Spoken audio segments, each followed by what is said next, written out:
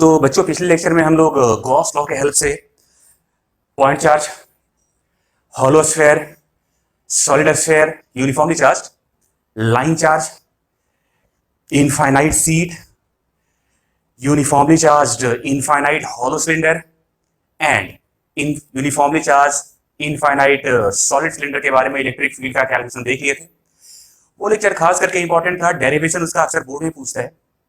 और अगर सवाल की बात करूं तो आईआईटी, नीट दोनों ही इससे सवाल पूछते हैं, लेकिन मोस्टली फॉर्मूले बेस्ड सवाल होते हैं। जैसे ये हमारे पास एक सवाल है, ये कोई एक सॉलिड स्फीयर है। सवाल में ऐसा बताया है कि इसका डेंसिटी रो नॉट आर है, जहां पे अगर रो की बात करूं तो ये charge per unit volume, centre C, इस स्फीयर का radius R, rho naught positive constant. और अगर स्मॉल आर की बात करें तो distance from centre,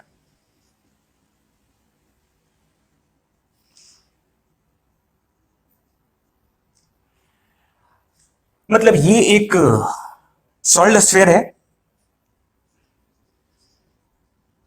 solid sphere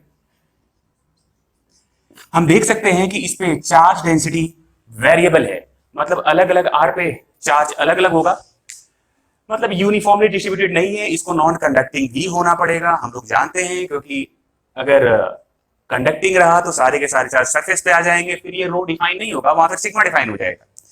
तो अगर कुछ भी नहीं बोल रखा, मतलब ये बात अंडरस्टूड है कि ये आपका एक नॉन कंडक्टिंग सॉलिड स्फीयर है। अभी इसकी वजह से हम लोगों को बाहर और इसके भीतर किसी एक पॉइंट पे इलेक्ट्रिक फील्ड बताना है। तो सवाल कुछ ऐसा है, फाइंड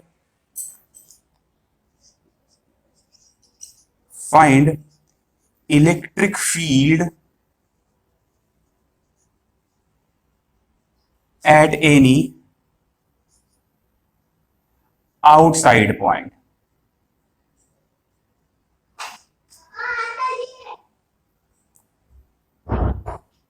दूसरा, इनसाइड पॉइंट। तो इस तरह के सवाल आईआईटी पूछता रहता है, जहां पे रो आपका वेरिएबल है। एक बार जल्दी से आप वीडियो को पॉज कर लीजिए और खुद से सॉल्व करने की कोशिश कीजिए।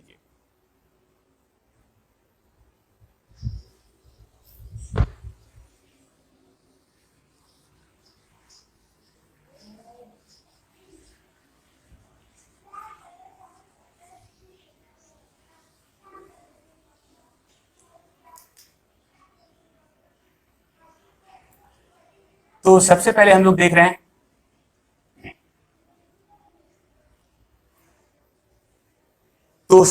इसमें देखेंगे आउटसाइड पॉइंट।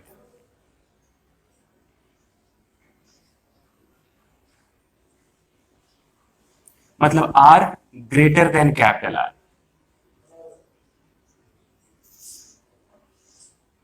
इस जगह पे इलेक्ट्रिक फील्ड निकालने को कहा, ये कोई पॉइंट बी है। चूंकि ये स्फेरिकल सरफेस है तो हम लोग को गॉस लॉ लगाना पड़ेगा। सबसे पहले गॉसियन सरफेस, तो ये अपना स्फेरिकल गॉसियन सरफेस,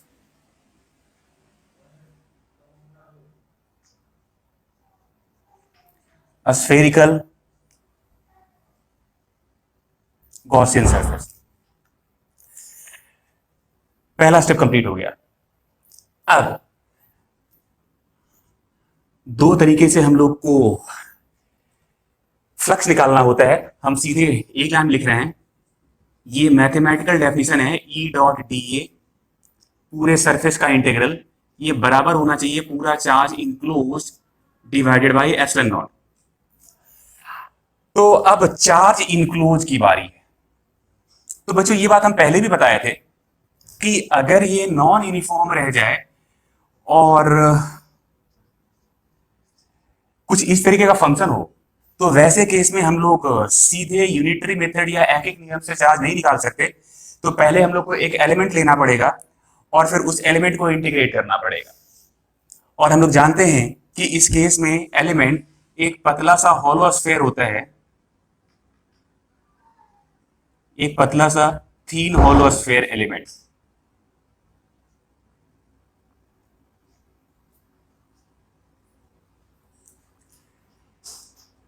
इसका रेडियस x है, इसकी चौड़ाई dx है और इसका छोटा सा वॉल्यूम dv, और चलिए इस पे चार्ज dq लिख रहे हैं। ये अपना एलिमेंट है, थीन हॉलो स्फेरिकल एलिमेंट। अब अगर इसके ऊपर चार्ज की बात करूं तो ये चार्ज, छोटा सा चार्ज dq बराबर रो इंटू dv।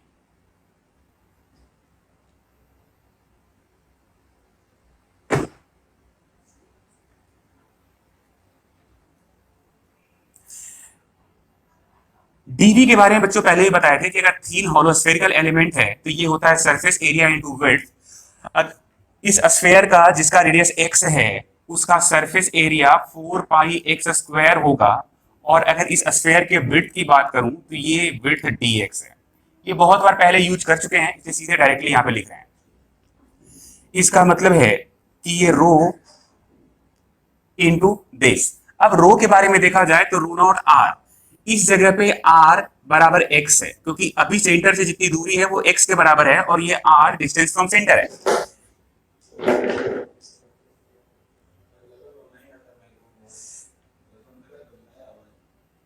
तो ये rho naught x into 4 pi x square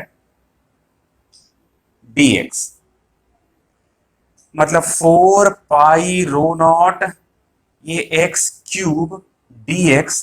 ये छोटा सा चार्ज है इस थीन हॉलो स्फेरिकल एलिमेंट में। अगर टोटल चार्ज निकालना हो तो इसी को इंटीग्रेट करेंगे, और इंटीग्रेट करने के बाद टोटल चार्ज मालूम चल जाएगा, तो उसको यहां कर लेते हैं। तो Q इन बराबर इंटीग्रेशन ऑफ डी क्यू, मतलब 4 पाई रो नॉट ये बाहर, ये x क्यूब dx। ये कुछ इस तरीके का है। अब प्रॉपर लिमिट लगाते ही ये अंदर का चार्ज निकल के आ जाएगा। तो अब इसको थोड़ा आगे प्रोसीड करते हैं। सबसे पहले मैथमेटिकल फॉर्म में हम लोग गॉसियन सरफेस पे एक एलिमेंट लेंगे, इसकी वजह से एरिया वेक्टर रेडियली आउटवर्ड, और बाई सिमेट्री देखा जाए तो इसकी वजह से इलेक्ट्रिक फील्ड भी आगे की तरफ होगा, मतलब E और DA के बीच में 0 डिग्री का एंगल है, तो ये वाला हिस्सा डॉट खोलने के बाद E DA cos 0 जो कि 1 के बराबर, इंटीग्रेशन पूरे सरफेस पे, और ये बंद चार्ज मतलब 1 डिवाइडेड बाई एप्सिलॉन 0। और अगर बंद चार्ज की बात करूं तो ये है 4 pi rho naught integral x cube dx, 4 pi rho naught integral x cube dx। By symmetry हम कह सकते हैं कि इस सॉलिड स्फीयर के कारण जो इलेक्ट्रिक फील्ड का स्ट्रेंथ यहां होगा वही यहां भी होगा, वही यहां भी होगा, मतलब इस आर रेडियस के स्फीयर पे कोई सा भी सब पॉइंट ले लिया जाए, क्योंकि सब इस स्फीयर से सिमेट्रिकल दूरी पे है, तो इलेक्ट्रिक फील्ड का मैग्नीट्यूड बाई सिमेट्री सेम होना चाहिए। तो इस वजह से ये इलेक्ट्रिक फील्ड बाहर निकाल ले रहे हैं, और ये केवल DA पूरे सरफेस पे, और ये है 4 pi rho naught divided by epsilon not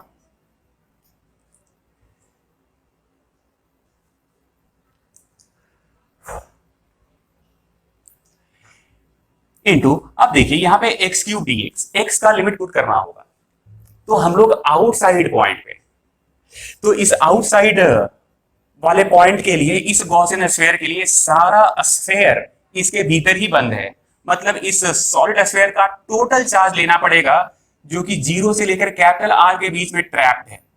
मतलब यहां पे x का लिमिट 0 से कैपिटल R होना चाहिए, अगर उसको इंटीग्रेट कर ले तो ये कैपिटल R का पावर 4 डिवाइडेड बाई 4, ये 4 कैंसिल हो रहा है। अगर इस DA के इंटीग्रेशन की बात करें तो सरफेस का छोटा सा एरिया और वैसे वैसे सारे एरिया को जोड़ दिया जाए तो पूरे स्फीयर का एरिया निकल के आ जाएगा, और इस स्फीयर का रेडियस है स्मॉल r। इसका मतलब है ये मिलने जा रहा है 4 पाई स्मॉल आर स्क्वायर। और आप देख सकते हैं E into 4 pi small r square pi rho naught capital r का power 4 divided by epsilon naught. अब मैथमेटिक्स चेक कर लीजिएगा।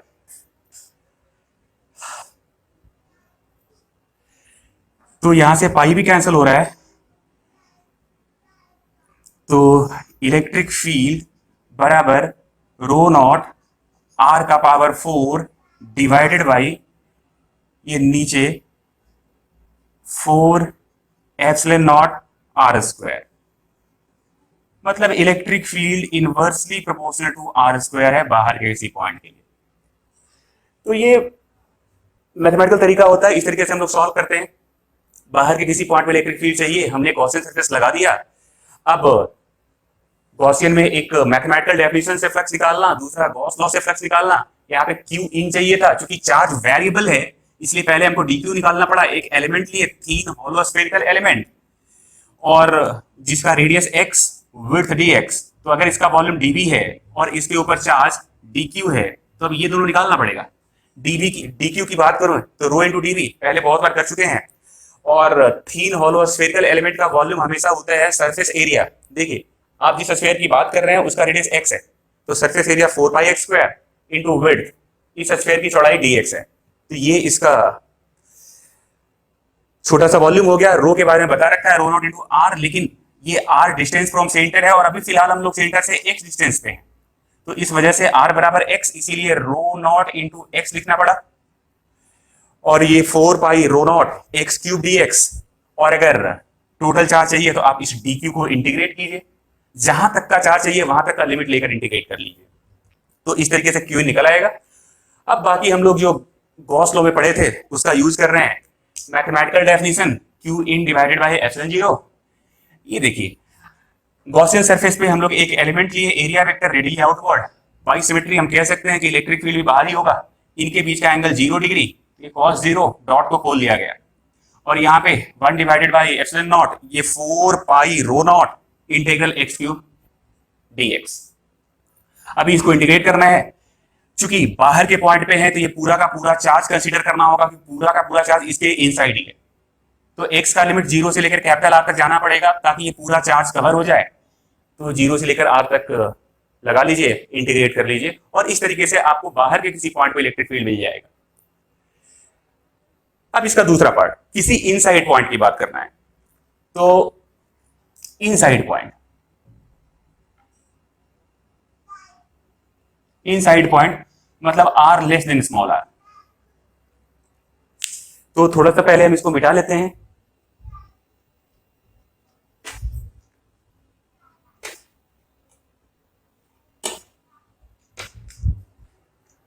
आप लोग लिख लिए होंगे, वीडियो को पॉज करके लिख लीजिए।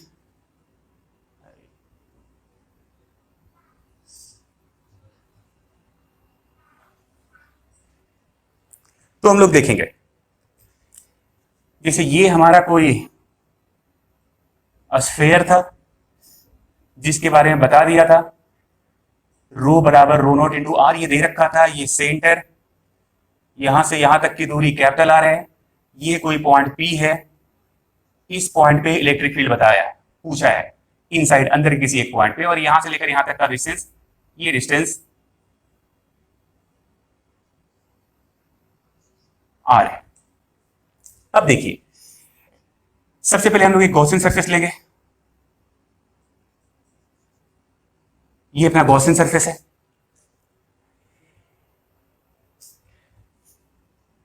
Spherical Gaussian surface, spherical Gaussian surface. अब अगर फॉर्मूले की बात कर लें तो फॉर्मूला बिल्कुल यही है, ये बंद चार्ज निकालना पड़ेगा। बंद चार्ज कहने का मतलब है कि यह इस स्फेयर का चार्ज, मतलब जो क्रॉस से सेट कर रहे हैं ना, बस स्फेयर के इतने हिस्से का ही चार्ज चाहिए हम लोगों को। ये क्योंकि इनक्लोज चार्ज केवल इतना ही हो पाएगा, जिस पॉइंट में इलेक्ट्रिक फील्ड पूछा है उस जगह की बात करें। तो सबसे, चूंकि ये भी एक स्फेयर है, यहां भी इलेक्ट्रिक फील्ड, यहां भी बंद चार्ज निकालने के लिए पहले हमको एलिमेंट लेना पड़ेगा। तो एक काम करते हैं, यहां पे एक एक्स रेडियस का पतला सा हॉलो स्फीयर ले लेते हैं, थीन हॉलो स्फीयर, यही अपना एलिमेंट है।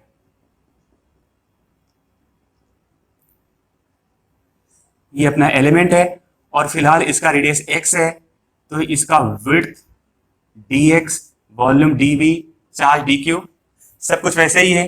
क्योंकि ये भी एक थीन हॉलो स्फेरिकल है एक्स रेडियस का, तो dq बराबर रो dv, जहां dv बराबर 4πx² इंटू dx। रो का वैल्यू चूंकि x डिस्टेंस दूर है तो r बराबर x, मतलब रो नॉट x इंटू इतना, और इस तरीके से dq यही है और q इन इतना है। अब इस जगह पे इलेक्ट्रिक फील्ड चाहिए, तो यहाँ पे सबसे पहले हम लोगों ने एक छोटा सा एलिमेंट लिया, ये रहा उसका एरिया वेक्टर, और बाई सिमेट्री हम कह सकते हैं कि इलेक्ट्रिक फील्ड भी आगे की तरफ हुई होगा, तो इन दोनों के बीच का एंगल 0 डिग्री। अब आगे प्रोसीड करते हैं, E D A cos 0 degree, Q इन के जगह हम लोग ये रखेंगे 4 pi rho naught integral x cube d x, substitute कर ली। लेकिन यहाँ पे लिमिट की बात करूं ना, तो अब आपको कितना चार्ज चाहिए? क्या पूरे स्फीयर का चार्ज चाहिए? यहां तक का चार्ज चाहिए क्या? नहीं, अपना गॉसियन सरफेस के भीतर तो केवल आर रेडियस ही है ना, तो हम लोग को आर रेडियस में कितना चार्ज मौजूद है, केवल ये चाहिए। मतलब यहां तक का चार्ज लाने के लिए हम लोग को इस x का वैल्यू 0 से लेकर स्मॉल r तक जाना पड़ेगा। मतलब लिमिट की बात कर लूं तो ये 0 से लेकर स्मॉल r। अभी इधर की बात करूं, इधर तो इंटीग्रेशन, ये cos 0 1 dA को देखेंगे तो इंटीग्रेशन होके पूरा सरफेस का एरिया मिलेगा 4πr², और यहां से इंटीग्रेट करूं तो ये r का पावर 4, स्मॉल r का पावर 4 डिवाइडेड बाय 4। हम लोग देख सकते हैं कि बस एक बदलाव हुआ, यहाँ पे स्मॉल r का पावर 4 हो गया है, और ये कैंसिल होके यहाँ पे r² बच जाएगा। अभी आप देख सकते हैं कि ये बचा हुआ है रो नॉट इंटू स्मॉल r का square divided by 4 epsilon not, और अब ये टर्म नहीं है, कुछ ऐसा है। मतलब यहां से हम देख पा रहे हैं कि electric field directly proportional to r²। तो इस तरीके से हम लोग रिजल्ट निकाल लेंगे गॉस लॉ के हेल्प से। तो इस सवाल में आपने देखा कि यहाँ पे चार्ज डेंसिटी वेरिएबल था, तो वैसे केस में हम लोग यूनिटरी मेथड लगाकर अंदर में बंद चार्ज को कैलकुलेट नहीं कर सकते, इसलिए हम लोगों को एलिमेंट लेना ही पड़ेगा। और अगर गॉस लॉ के हेल्प से हम लोग जा रहे हैं तो वैसे में केवल क्यू इन निकालना पड़ेगा, और क्यू इन निकालने के लिए आपको डी क्यू चाहिए होगा, क्योंकि आपने एलिमेंट लिया है, और डी क्यू पे प्रॉपर लिमिट लगाकर आपको रिक्वायर्ड वॉल्यूम का चार्ज निकाल लेना होगा। तो फिजिक्स की बात करें तो बहुत आसान है। अगर इस तरह के सवाल आ जाते हैं जहां पे रो आर का फंक्शन है, तो वैसे केस में आपको हमेशा ही एक स्फेरिकल एलिमेंट लेना पड़ेगा, थीन हॉलो स्फेरिकल, उस पर चार्ज लिखिए और फिर उसको प्रॉपर लिमिट लगाकर इंटीग्रेट कीजिए। फिर जब गॉस लॉ लगा रहे होंगे तो बाहर में जब लगा रहे होंगे तो लिमिट 0 से कैपिटल आर देंगे, और जब अंदर के किसी पॉइंट पे इलेक्ट्रिक फील्ड निकाल रहे होंगे तो लिमिट 0 से लेकर स्मॉल आर तक देना पड़ेगा, क्योंकि उस केस में आपको केवल स्मॉल आर रेडियस तक के ही वॉल्यूम का चार्ज निकालना है। तो फिजिक्स बस इतना ही है, बाकी आपने जो भी देखा बस इसी का एप्लीकेशन है। आई होप आपको समझ में आ रहा होगा, और ये अब आपसे खुद से भी होना शुरू हो रहा होगा। एक बार आप इसको जल्दी से कॉपी कर लीजिए।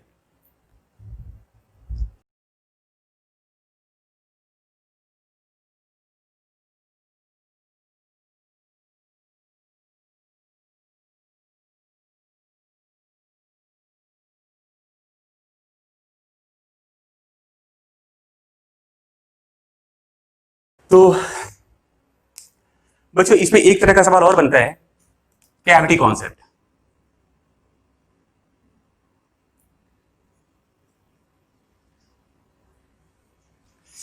जैसे ये कोई एक स्फेरिकल सरफेस है, solid non conducting spherical surface, ये इसका सेंटर C1 है, यहां पे कोई एक कैविटी बना दिया गया, ये सेंटर C2 है,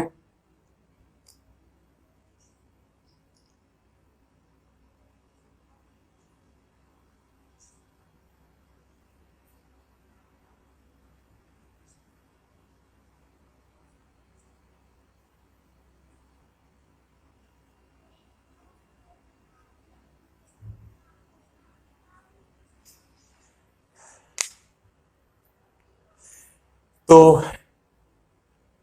ये एक नॉन कंडक्टिंग सॉलिड स्फीयर था, इसका चार्ज डेंसिटी रो जो कि यूनिफॉर्म था। यहां से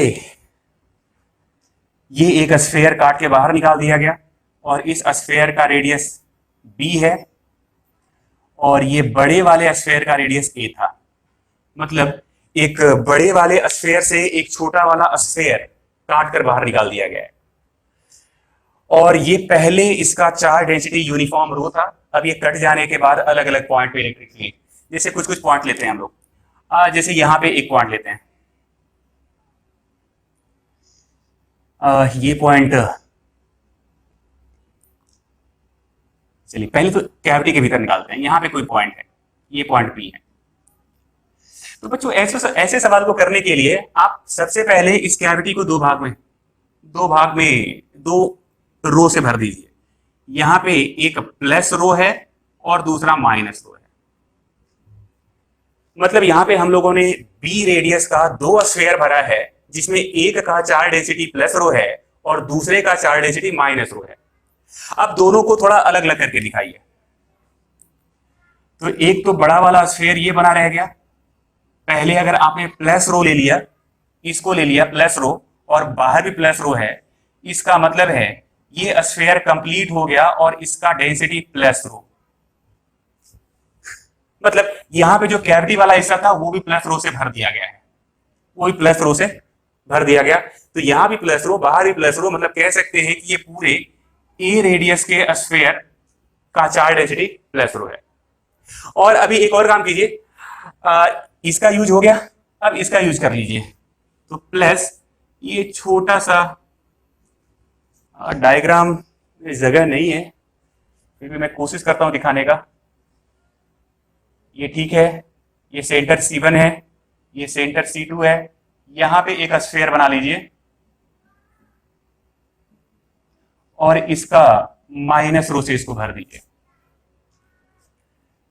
अब ये वाला जो ज्योमेट्री है वो इन दोनों का सुपरपोजिशन है, इसको उठा के यहां पे लगा दीजिए।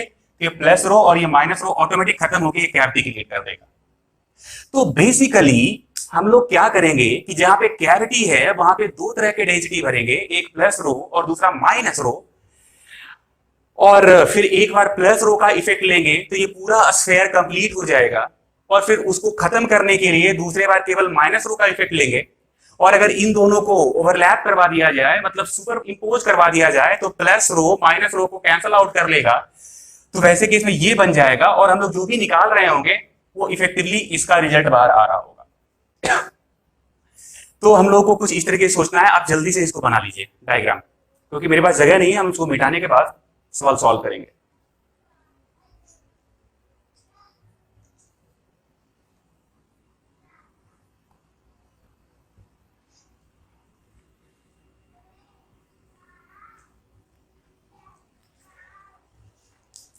अब अगर P पॉइंट पे इलेक्ट्रिक फील्ड की बात करूं तो एक काम कीजिए, पहले ये प्लस रो से भर लीजिए। प्लस रो से भर लिए तो ये भी प्लस रो, ये भी प्लस रो। तो वैसे में ये पूरा स्फीयर कंप्लीट हो गया। तो electric field at point P, तो ये कंप्लीट स्फीयर के भीतर किसी भी पॉइंट पे इलेक्ट्रिक फील्ड का फॉर्मूला हम लोग जानते हैं, रो R divided by 3 epsilon not. अगर कोई नॉन कंडक्टिंग सॉलिड स्फीयर है जिसका चार्ज डेंसिटी प्लस रो है, उसकी वजह से अंदर के किसी पॉइंट P पे इलेक्ट्रिक फील्ड इस फॉर्मूले से लिखे जाते हैं, जहां पे ये R position vector of point P with respect to centre. मतलब R कहने का मतलब वेक्टर C1P, यहां पे R लिखने का मतलब ये C1P वेक्टर है, यहां से यहां तक का ये वाला वेक्टर, यही अपना R होता अगर ये यूनिफॉर्म सॉलिड स्फीयर होता तो, विदाउट कैविटी। लेकिन प्रॉब्लम ये है कि ये तो कैविटी है और हमने जो ये रिजल्ट लिखा है वो तो ये मानकर लिखा है कि यहाँ पे प्लस रो भर दिया गया, तो बाहर भी प्लस रो यहाँ भी प्लस रो, तो ये कंप्लीट हो गया। इस कंप्लीट स्फीयर की वजह से यहाँ पे आ चुका है।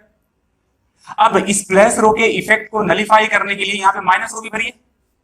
तो अब इस माइनस रो वाले स्फीयर के कारण यहाँ पे इलेक्ट्रिक फील्ड लिखिए। तो देखिए ये भी एक स्फीयर है जिसपे चार्ज डेंसिटी माइनस रो है, और अगर देखा जाए तो ये P पॉइंट इसके भी इनसाइड है, तो इसके लिए भी formula rho R divided by 3 epsilon naught क्योंकि ये माइनस रो है तो माइनस रो लगाइए। आर की बात करेंगे तो आर सेंटर से पी पॉइंट का पोजीशन वेक्टर, मतलब इस वेक्टर की बात होगी। मतलब इस केस में ये आर वेक्टर C2P वेक्टर है। तो ये वाला टर्म देखेंगे तो ये पी पॉइंट पे इलेक्ट्रिक फील्ड है कंप्लीट स्फीयर के कारण, जिसमें कैविटी को प्लस रो से भर दिया गया। अब इसके इफेक्ट को खत्म करने के लिए माइनस रो का भी एक स्फीयर यहां पे रखे हैं और उसकी वजह से यहां पे इलेक्ट्रिक फील्ड निकाल रहे हैं, वो इतना आने वाला है। अब इन दोनों को हम वेक्टर से जोड़ देंगे तो यहां जो प्लस का इफेक्ट यहां पे बना था वो ये माइनस का इफेक्ट यहां पे उतना ही अपोजिट डायरेक्शन में क्रिएट करके उसको कैंसल आउट कर देगा। तो जो रिजल्टेंट बचेगा वो बाहर वाले हिस्से के कारण केवल इलेक्ट्रिक फील्ड यहां पे आ रहा होगा। तो ये बात आपको क्लियर हो रही होगी।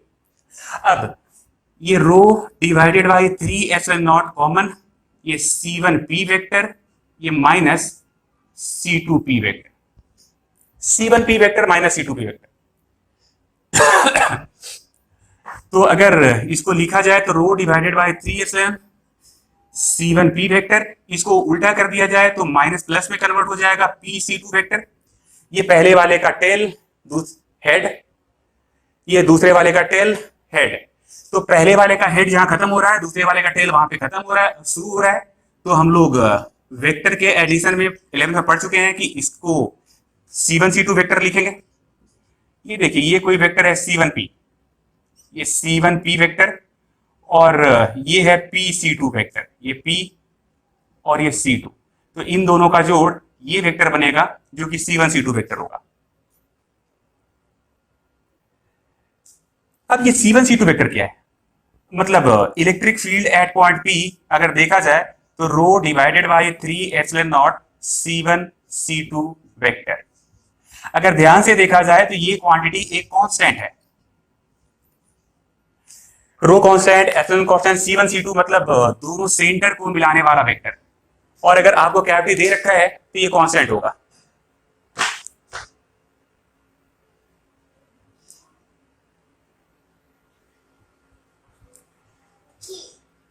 तो नहीं, अरे थोड़ा 10 मिनट खाली। तो ये C1C2 वेक्टर है, मतलब दोनों सेंटर को मिलाने वाला वेक्टर। अभी ये देख सकते हैं कि ये कांस्टेंट है, तो हम यहां से लिख सकते हैं कि electric field inside cavity, electric field inside cavity is uniform. Cavity के भीतर इलेक्ट्रिक फील्ड यूनिफॉर्म होगा। तो बच्चों जब भी कभी हम लोग को कैविटी का सवाल आए तो हम लोग का अप्रोच यही रहना है। सबसे पहले हम लोग कैविटी के भीतर दो तरह के चार्ज डेंसिटी भरेंगे, एक प्लस और एक माइनस। पहले प्लस का इफेक्ट लिख देंगे और फिर उसको खत्म करने के लिए वहीं पे माइनस का इफेक्ट लिख देंगे, और ऐसा करने से कैविटी वाला प्लस कैविटी वाले माइनस को खत्म कर देगा। तो जो रिजल्टेंट आ रहा होगा वो बचे हुए ज्योमेट्री के कारण निकल के उस पॉइंट पे रिजल्ट आ रहा होगा। और ये देखने के बाद हम लोग को मालूम चल रहा है कि इस कैविटी के भीतर इलेक्ट्रिक फील्ड कांस्टेंट है। एक बात और देखिए, C1C2 दोनों सेंटर के बीच का डिस्टेंस है। मतलब अगर चार्ज के मैग्नीट्यूड की बात कर लूं, magnitude of electric field at point P, तो ये रो डिवाइडेड बाई 3 इंटू L, जहां पे L ये distance between C1 and C2। अगर C1 और C2 दोनों सेंटर्स के बीच का डिस्टेंस L है तो कुछ इस तरीके से इलेक्ट्रिक फील्ड का मैग्नीट्यूड होगा। तो यहां पे हम देख सकते हैं कि ये इलेक्ट्रिक फील्ड का मैग्नीट्यूड कैविटी के किसी एक पॉइंट पे डायरेक्टली प्रोपोर्शनल होता है to the separation between both centres. मतलब अगर लिखना चाहूं तो electric field, magnitude of electric field, magnitude of electric field inside cavity is directly proportional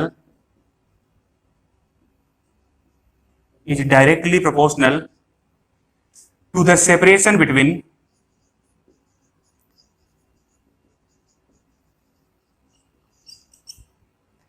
C1 and C2, जहां C1 बड़े वाले स्फीयर का सेंटर है और C2 कैविटी वाले स्फीयर का सेंटर है।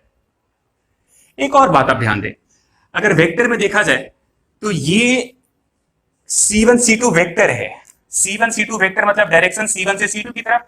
तो अगर ये बड़ा सा स्फीयर है और यहाँ पे कैविटी है, ये C2 है, ये C1 है, और ये पूरा का पूरा इस तरीके से प्लस रो डेंसिटी से भरा हुआ है, तो वैसे केस में यहां पे इलेक्ट्रिक फील्ड की डायरेक्शन करूं तो C1 से C2 के तरफ, मतलब ये इलेक्ट्रिक फील्ड का डायरेक्शन होगा C1 से C2 की तरफ। जैसे एक डायग्राम और बनाते हैं यहां पे।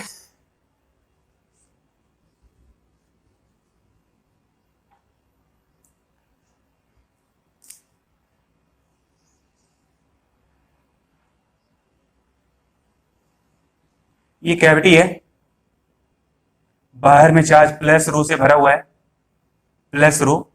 ये C1 है, ये C2 है। अगर ये प्लस रो है, ये C2 है, ये प्लस रो कहने का मतलब C1 से C2 की तरफ, मतलब इस तरफ,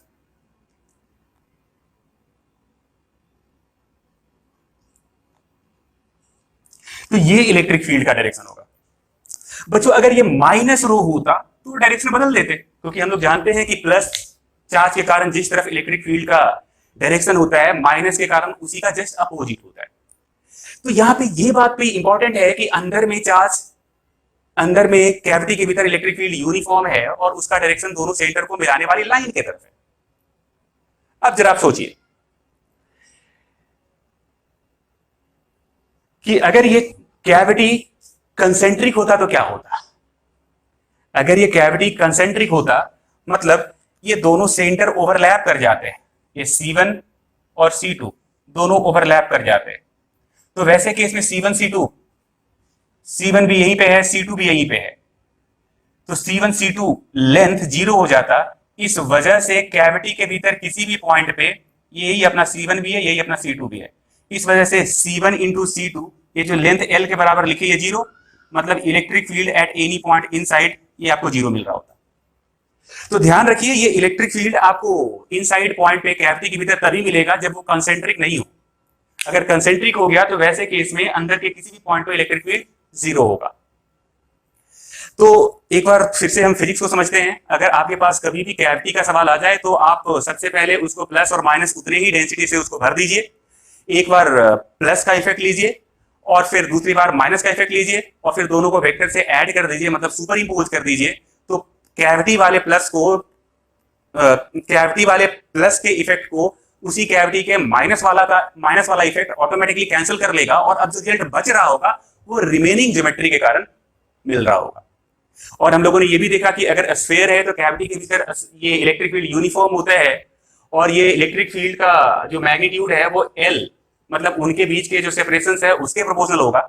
और साथ ही साथ अगर डायरेक्शन की बात कर लूं तो हमेशा C1 से C2 को मिलाने वाले लाइन की तरफ डायरेक्शन होगा। अगर पॉजिटिव है तो दूर की तरफ, नेगेटिव है तो पास की तरफ। तो ये कुछ रेलेवेंट इंफॉर्मेशन थे जो आपको हमेशा याद रखना है। हमने बोर्ड पे लिखा भी है इसको, तो जल्दी से आप इसको कॉपी कर लीजिए।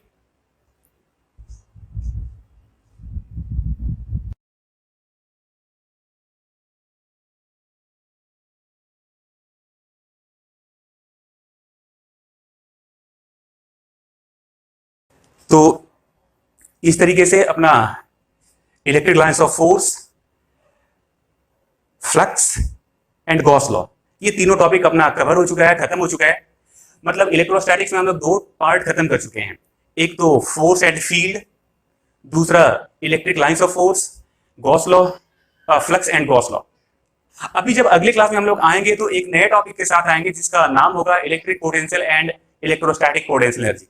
मतलब चूंकि फोर्स है तो वर्क डन कर सकता है, वर्क डन हो सकती है, चूंकि कंजर्वेटिव फोर्स है।